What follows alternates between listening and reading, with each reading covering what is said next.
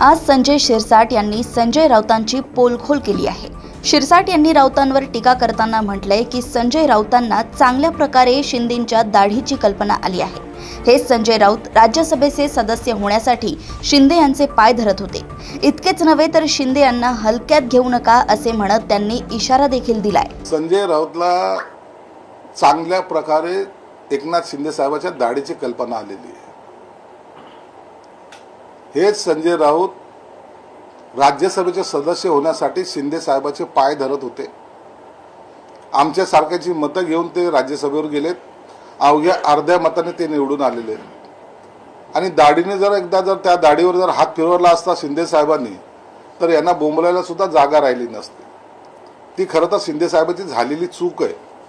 म्हणून तुम्ही कालही बी बोललो, दाढीला हलक्यात घेऊ नका। आताही सांगतोय, दाढीने आणखीन खरं रूप तुम्हाला दाखवलेलं नाही। हा झाला एक पार्ट 2 जेव्हा येईल, दाढी पार्ट 2, त्या टायमाला तुमची खैर राहणार नाही। ज्या संयमाने ते घेत आहेत, आज महाराष्ट्र पाहतोय एकनाथ शिंदे साहेबांबरोबर जे अवाच्य भाषेमध्ये बोलतायत, ज्या खालच्या पातळीवर टीका करतायत। अनेकांचे आम्हाला फोन येतात की साहेब याचा थोबाड बंद करा, परंतु जर त्यांनी मनावर घेतलं, दाढीवर जर हात फिरवला तर संजय राऊतची अवस्था काय होईल। मग असलेल्या भांडूपच्या बाजूच्या डम्पिंग ग्राउंडवरच जाऊन त्यांना बसावं लागेल, हे त्यांनी लक्षात ठेवलं पाहिजे।